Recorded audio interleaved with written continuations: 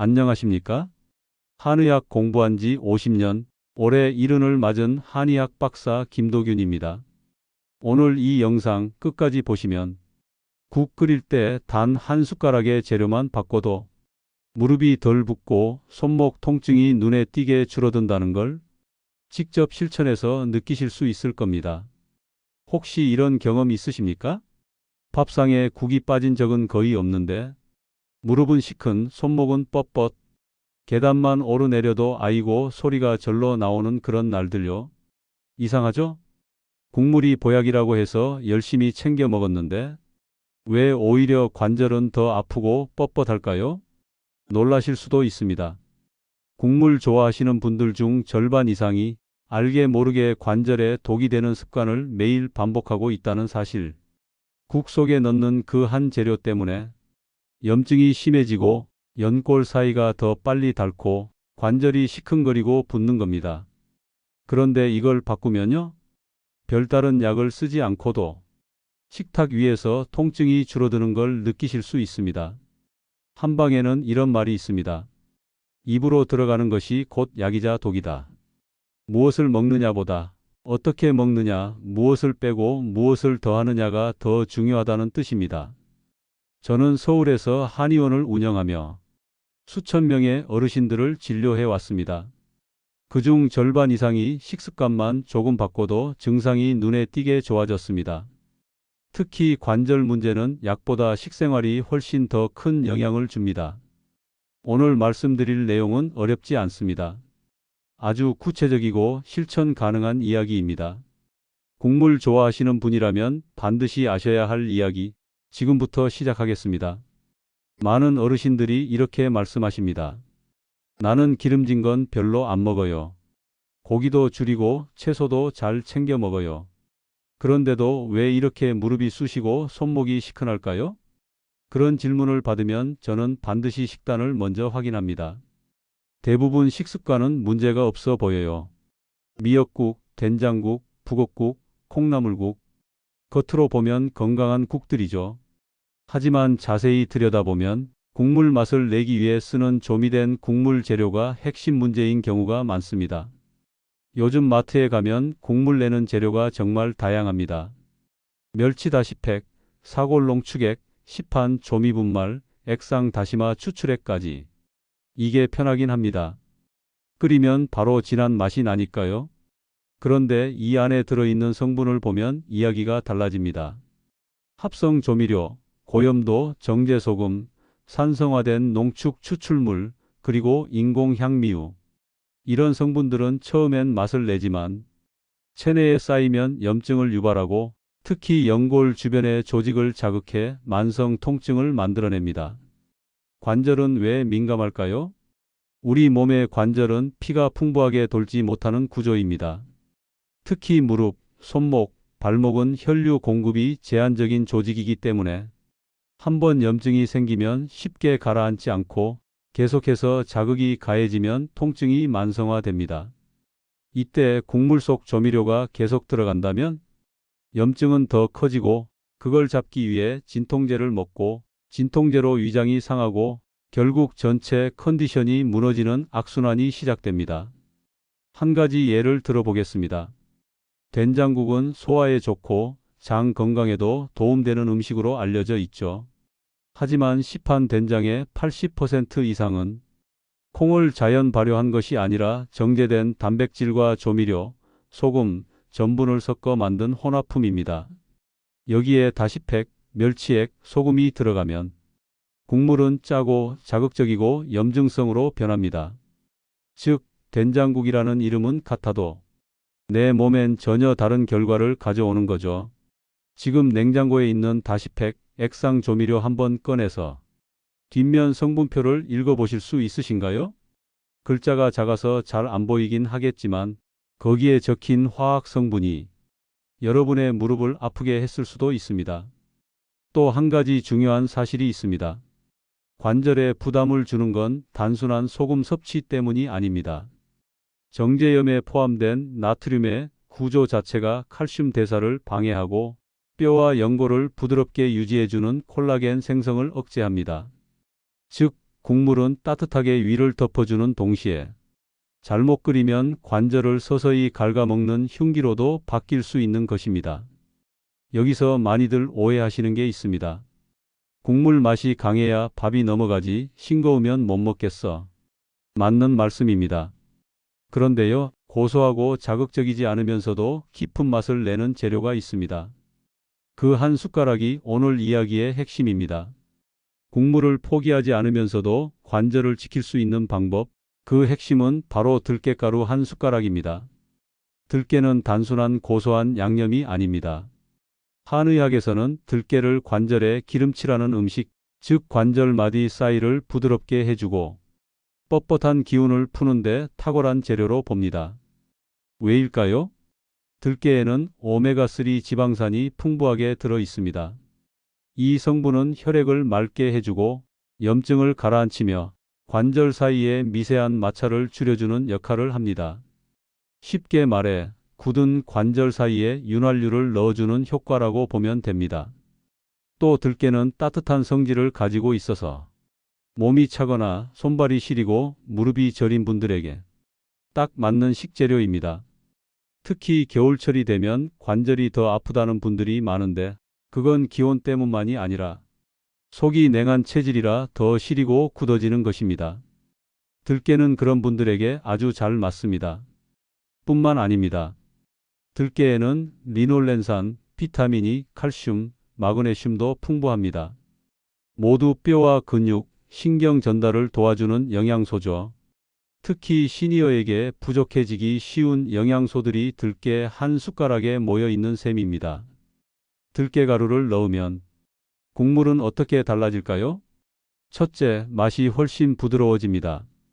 기존에 조미료를 넣었을 때의 자극적인 맛이 아니라 입안에서 살살 감도는 고소한 풍미가 납니다. 된장국, 미역국, 북엇국, 심지어 콩나물국에도 잘 어울립니다. 둘째, 포만감이 올라갑니다. 지방과 단백질이 함유되어 있기 때문에 조금만 먹어도 든든하고 과식 방지에도 도움이 됩니다. 이건 당뇨나 대사질환 있는 분들에게도 큰 장점이죠. 셋째, 속이 편안해집니다.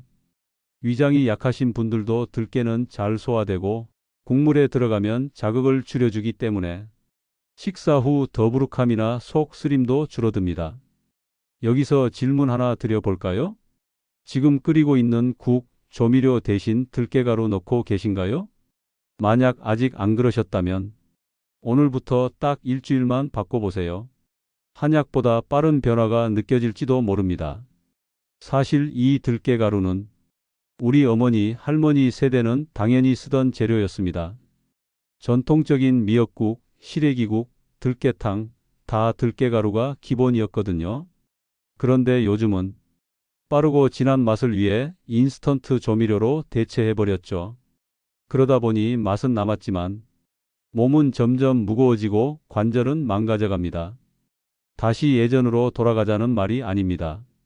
다시 한 숟가락만 되돌리자는 겁니다. 조미료 한 숟가락을 들깨가루 한 숟가락으로 바꾸는 것 생각보다 쉽고 맛은 더 좋고 몸은 훨씬 편해질 수 있습니다. 들깨가루는 단순한 부재료가 아닙니다. 관절을 살리는 건강 습관의 핵심입니다. 이제 궁금하시죠? 도대체 어떻게 넣고 얼마나 넣고 언제 넣어야 제대로 효과를 볼 수 있을지. 한의학에서도 복용법이란 말이 있듯 아무리 좋은 것도 제대로 써야 약이 됩니다. 이제부터 들깨가루를 국에 제대로 넣는 구체적인 방법을 알려드리겠습니다. 먼저 언제 넣어야 할까? 들깨가루는 국을 거의 다 끓인 후 불을 약하게 줄이거나 끄기 직전에 넣는 것이 가장 좋습니다. 왜냐하면 들깨가루 안에 들어있는 오메가3와 각종 비타민, 불포화지방산은 열에 약한 성분들이기 때문입니다. 센 불에서 오래 끓이면 영양소가 쉽게 파괴되거나 고소한 향이 날아가 버려요. 그러니 국물이 다 끓고 난 뒤 약불로 줄이거나 불을 끈 직후 한 숟가락씩 넣고 휘휘 저어주는 방식이 가장 좋습니다. 다음으로는 얼마나 넣어야 할까? 보통 1인분 국 기준으로 볶은 들깨가루 1큰술, 많아도 2큰술이면 충분합니다. 생각보다 많이 넣지 않아도 맛과 효과를 충분히 낼 수 있어요. 주의할 점은 너무 많이 넣으면 국물이 뻑뻑해지고 깔끔한 느낌이 사라질 수 있다는 점입니다. 처음에는 한 숟가락으로 시작해서 맛을 보면서 조절해 보세요. 그리고 들깨가루는 볶은 것을 꼭 사용하셔야 합니다. 시중에는 볶지 않은 생들깨가루도 있는데 이건 향이 약하고 소화도 잘 안 되는 경우가 많습니다. 볶은 들깨가루는 향도 진하고 위에 부담이 적고 영양 흡수도 좋습니다. 또한 가루 형태가 너무 굵으면 국물에 잘 섞이지 않고 텁텁할 수 있습니다. 곱게 갈린 제품을 고르시는 게 좋고 믿을 만한 업체나 직접 볶은 들깨를 갈아서 쓰는 것도 좋은 방법입니다. 보관은 어떻게 할까요? 들깨가루는 기름 성분이 많아 산패되기 쉽습니다. 그러므로 냉장 보관이 필수입니다. 공기가 통하지 않게 밀폐 용기에 넣고 2주에서 3주 안에 다 드시는 게 가장 좋습니다. 여기서 중요한 건 꾸준함입니다. 들깨가루는 약이 아닙니다. 한 번 넣었다고 바로 관절이 낫는 건 아니지만 매일 식탁 위 국물에 넣는 습관을 들이면 자연스럽게 관절 환경이 바뀌고 염증 수치가 낮아지며 기름칠한 듯한 관절 움직임을 되찾을 수 있습니다. 질문 하나 드릴게요. 지금 냉장고에 들깨가루 있으신가요? 혹시 없으시다면 이번 주 장 볼 때 들깨가루 하나 장바구니에 담아보세요. 그 선택 하나가 관절의 내일을 바꿀 수 있습니다. 그리고 들깨가루는 꼭 국에만 넣으라는 법도 없습니다. 죽이나 찌개, 나물 무침, 밥 지을 때도 활용 가능합니다. 들깨가루 한 숟가락을 당면 무침이나 숙주나물에 넣어 보세요. 고소한 맛이 살아나고 관절 건강도 챙길 수 있습니다. 즉, 이건 국물 맛을 내는 재료가 아니라 우리 관절을 매일매일 관리해주는 일상 속 보약이 되는 셈입니다. 오늘부터 한 숟가락 밥상 위에 고소한 변화 하나 만들어 보시기 바랍니다. 사람들은 흔히 이런 생각을 합니다. 관절이 아프면 병원 가서 주사 맞고 약 먹는 수밖에 없지. 하지만 실제로 관절 통증을 줄이고 삶의 질을 바꾼 분들의 공통점은 약이 아니라 식탁을 먼저 바꿨다는 데 있습니다. 제가 기억하는 분 중에 강서구에 사시는 올해 70이 되신 이정숙 어르신이 계십니다. 손목이 시큰거리고 계단 오를 때 무릎이 꺾이는 느낌이 든다며 몇 달을 고생하셨어요. 병원에서는 나이 탓이라고 했고 물리치료도 몇 차례 받으셨지만 딱히 나아지는 게 없었다고 하시더군요. 그래서 저는 식단을 먼저 물어봤습니다. 평소 국을 거의 매 끼니 드시고 국물 맛을 진하게 내야 밥맛이 난다고 하셨어요. 된장국, 북엇국, 콩나물국 늘 그렇게 드셨죠. 그런데 조미된 다시팩, 멸치농축액, 마트표 장류 다들 간편하고 익숙하지만 그 안에 숨어있는 염증 유발 물질들이 관절을 계속 자극하고 있던 겁니다. 그래서 저는 이렇게 권해드렸습니다. 국 내용물은 그대로 드세요. 대신 마지막에 볶은 들깨가루 한 숟가락만 추가해 보세요. 그리고 다시팩 대신 생재료로 우려낸 육수를 써보시는 것도 좋고요. 이정숙 어르신은 처음엔 반신반의하셨습니다. 고작 들깨 한 숟가락으로 나아지겠어요? 그런데 2주쯤 지나자 이렇게 말씀하셨어요. 요즘은 아침에 일어날 때 손목이 안 뻣뻣해요. 식탁도 더 고소하고 부드러워져서 가족들도 좋아하더라고요. 저는 속으로 생각했습니다. 약이 아니라 식탁에서 변화가 시작됐구나. 여기서 중요한 교훈 하나 있습니다. 식습관이 병을 만들었다면 식습관이 병을 고칠 수도 있다는 것. 사례는 이분뿐이 아닙니다.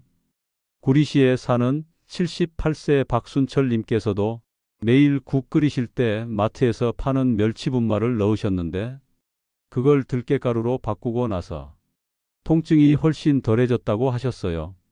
이젠 직접 볶은 들깨를 갈아서 쓰실 정도로 습관이 되셨죠. 그럼에도 불구하고 나는 별 효과 못 느꼈다 하시는 분들도 있습니다. 그런 분들께 제가 꼭 드리는 말씀이 있습니다. 꾸준히 하셨나요? 들깨가루는 약이 아닙니다. 몸에 좋은 습관입니다. 즉각적인 진통 효과를 기대하시면 실망하실 수 있어요. 하지만 매일매일 식탁 위에 쌓인 건강은 분명히 내 몸의 상태를 바꿔줍니다. 여기서 또 하나, 지금 드시고 계신 국물 음식이 당신 관절을 편하게 해주는 음식인가요? 아니면 모르게 아프게 만드는 음식인가요? 이 질문을 마음속에 가지고 계시면 몇 끼 식탁에서 무엇을 덜고 무엇을 더해야 할지 자연스럽게 판단이 설 겁니다. 관절은 일상에서 쉴 틈 없이 쓰는 부위입니다. 그만큼 꾸준한 관리가 필요하고 그 관리의 시작은 바로 국물 한 그릇에서부터입니다. 한 숟가락 바꾸면 인생이 바뀐다. 이 말 과장처럼 들릴 수 있지만 지켜본 사람으로서 저는 확신합니다. 건강의 본질은 거창한 결심이 아니라 사소한 습관에서 시작됩니다. 매일 아침 국 끓일 때 그저 손이 가는 대로 다시팩을 넣느냐, 아니면 볶은 들깨가루를 넣느냐, 그 선택 하나가 1년 후 무릎 통증의 강도를 결정짓는 차이가 될 수 있습니다. 제가 진료하는 한의원에 오래 다니시던 김정희 여사님이 계십니다. 올해 80을 바라보는 연세지만 목소리도 또렷하고 걸음도 단단하셔서 나이를 잘 가늠하기 어려운 분이죠. 그런데 작년 겨울 김 여사님이 눈밭에서 미끄러지신 뒤 허리와 무릎 통증이 급격히 심해지셨어요. 주사 맞고 약 먹으면서 버티셨지만 식욕도 줄고 움직이는 게 두려워지면서 표정도 점점 어두워지셨죠. 그때 저는 이렇게 말씀드렸습니다. 치료도 치료지만 식탁부터 다시 세워보셔야 합니다. 그리고 들깨가루 이야기를 처음 꺼냈죠. 김 여사님은 처음엔 그까짓 들깨로 뭐가 달라지겠냐며 크게 기대 안 하셨습니다. 하지만 며느님이 국 끓일 때 꼭 들깨가루를 넣고 된장국, 시래기국, 심지어 미역국에도 뿌려드리기 시작했어요. 놀랍게도 3주가 지나자 아침에 일어날 때 허리가 덜 굽고 무릎이 덜 욱신거리더라는 말씀을 하셨어요. 신기하지요, 박사님. 다른 건 그대로인데 국물 하나 바꿨더니 몸이 살 것 같아요. 라고요. 그리고 더 놀라운 변화가 찾아왔습니다. 식탁이 달라지니 입맛이 살아났고 식사를 잘하니 기력이 붙었고 기운이 돌아오니 산책을 시작하시게 됐습니다. 들깨가루 한 숟가락이 만든 변화는 단순히 관절을 넘어 삶 전체에 활력을 준 셈이죠. 이쯤 되면 혹시 이런 의문 드시는 분 계실 겁니다. 그거 심리적인 효과일 수도 있지 않습니까? 물론 어떤 음식이든 마음가짐도 영향을 줍니다. 하지만 들깨가루는 과학적으로도 한의학적으로도 염증 완화, 혈액순환, 조직 회복에 도움이 되는 식품입니다. 단순한 심리 효과로 치부하기엔 너무 많은 분들이 실제 변화를 경험하고 있어요.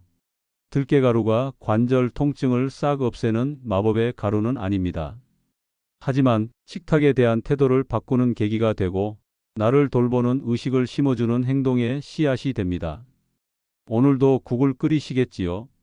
거기다가 조미료를 넣으실 수도 있고 그냥 맹물에 끓이실 수도 있겠죠. 하지만 그 국 한 그릇 안에 몸을 살릴 수도 망칠 수도 있는 선택이 담겨 있다는 것. 여기서 마지막 질문 하나 드리겠습니다. 지금 드시는 그 국물, 관절을 위해 무엇을 빼고 무엇을 넣고 계십니까? 관절은 소모품이 아닙니다. 오래 쓰려면 꾸준히 관리해야 하죠. 그리고 그 관리의 첫걸음은 매일 끓이는 국에 들깨가루 한 숟가락, 그 작은 변화에서 시작됩니다. 오늘 말씀드린 내용 정리해 보겠습니다. 국물 자체가 나쁜 게 아닙니다. 조미료 중심의 국물 습관이 관절 건강을 망치고 있었던 거고요. 그걸 단 한 숟가락 볶은 들깨가루로 바꾸는 것만으로도 우리 몸은 조금씩 그러나 분명하게 달라지기 시작합니다. 국물 좋아하시면 꼭 실천해 보세요. 제가 드릴 수 있는 가장 단순하고 강력한 조언입니다. 50년간 수많은 환자를 진료하면서 깨달은 게 하나 있습니다. 몸을 바꾸는 건 약이 아니라 습관이라는 사실입니다. 약은 증상을 눌러주지만 습관은 원인을 바꿉니다. 그리고 그 습관은 거창한 게 아니라 국 한 그릇에 넣는 한 숟가락의 선택에서 시작됩니다. 매일 끓이던 국에 한 숟가락 바꾸는 것만으로 통증이 줄고 식욕이 돌아오고 기운이 다시 살아나는 걸 경험하신 어르신들을 저는 수없이 보았습니다. 이제는 여러분 차례입니다. 이 영상이 여러분 식탁에 작은 변화의 씨앗이 되기를 진심으로 바랍니다. 마지막으로 부탁드릴 게 있습니다. 이 영상이 조금이라도 도움이 되셨다면 구독과 좋아요 버튼 한번 눌러 주십시오. 그 한 번의 클릭이 더 많은 어르신들께 건강 정보를 나눌 수 있는 힘이 됩니다. 그리고 여러분, 혹시 국물 때문에 관절이 아프신 적이 있다면 아래 댓글에 경험 남겨주세요. 다른 분들께도 큰 도움이 될 겁니다. 또 들깨가루 외에 본인만의 건강 비법이 있으시면 그것도 댓글로 함께 나눠주시면 좋겠습니다. 건강한 식탁, 건강한 삶. 저 김도균 한의사가 여러분의 식습관 주치의가 되어 드리겠습니다. 오늘도 끝까지 함께 해 주셔서 감사합니다.